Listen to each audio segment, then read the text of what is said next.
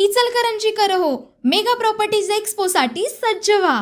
भारतातील अग्रगण्य real estate डेव्हलपरचे flagship projects आणि रिअल इस्टेटमधील सुवर्ण संधी शोधण्याची सुवर्ण संधी, सर्व काही एकाच छताखाली. भारतातील आघाडीच्या रिअल इस्टेट डेव्हलपरतर्फे खास प्रॉपर्टींचं प्रदर्शन.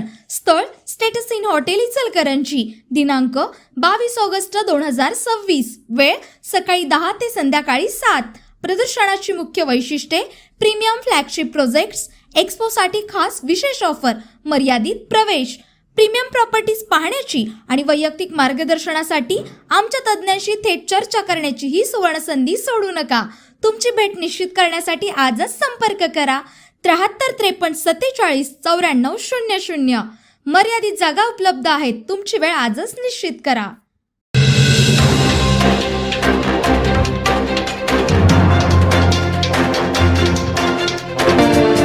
इचलकरंजी महानगरपालिकेच्या आज झालेल्या सर्वसाधारण सभेत शहापूर परिसरात विविध प्रलंबित समस्यांचा मुद्दा चांगलाच चर्चेत आला. नगरसेविका यास्मिन मुसा तासगावे यांनी सोलगेमाळा तेलगू सोसायटीसह शहापूर परिसरातील गटारी, पाण्याचा निचरा आणि रस्त्यांच्या समस्यांकडे सभागृहाचं लक्ष वेधलं.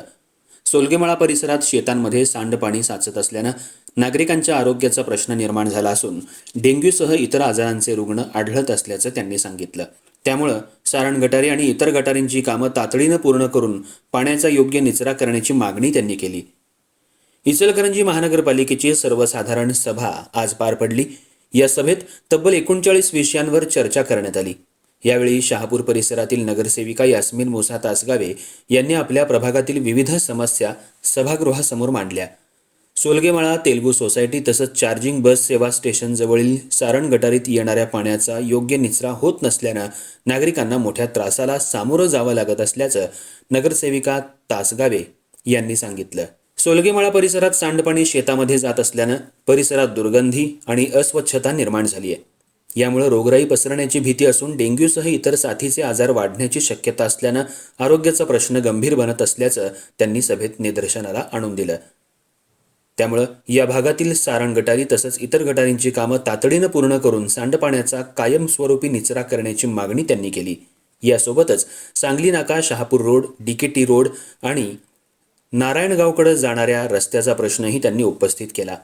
आयशा मस्जिद पारिजात घोषित सोसायटी मार्गे शहापूरकडे जाणाऱ्या रस्त्यासाठी आवश्यक भूखंड संपादन करून हा रस्ता नागरिकांसाठी खुला करावा अशी ही मागणी करण्यात आली. या रस्त्याच्या भूखंड संपादनाबाबत न्यायालयानं 1 वर्षाच्या आत कार्यवाही करून रस्ता खुला करण्याचे आदेश दिले असल्याचा दावा नगरसेविका तासगावे यांनी केला.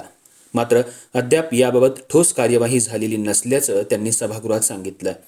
नागरिकांच्या दैनंदिन वाहतुकीसह आरोग्याचा प्रश्न लक्षात घेता महानगरपालिकेनं या समस्यांकडे गांभीर्यानं पाहावं आणि महापौर, उपमहापौर तसंच प्रशासनानं तातडीनं कार्यवाही करावी अशी मागणी नगरसेविका यास्मिन मुसा तासगावे यांनी सर्वसाधारण सभेत केली.